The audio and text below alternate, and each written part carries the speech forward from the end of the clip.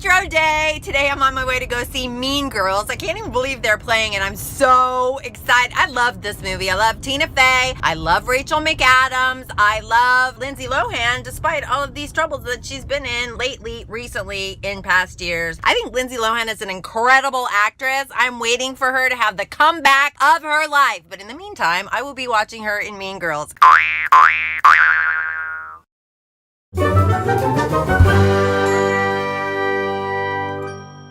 Oh, how much I love this movie. Let me count the ways. I remembered so much of this, but then I forgot some things. I forgot Lizzie Kaplan was in this, Masters of Sex and Party Down. She's so talented, and this had to have been one of her very first roles. This was loosely based on a nonfiction self-help book, and Tina Fey picked it up, and she wrote the screenplay from scratch. Genius much? I mean, Tina Fey. Not only is she a great actress, an amazing comedian, but she's also an incredible writer. She was a writer on Saturday Night Live forever. Lindsay Lohan, who actually auditioned for the role that Rachel McAdams ended up playing, but they didn't want to give it to her because they're like, oh, she's not snooty enough. And then Rachel McAdams came in and she ended up getting the role of the main plastic, who, I mean, I'm sorry, she is so bitchy and conniving and mean-spirited. What's her name? Shaybert.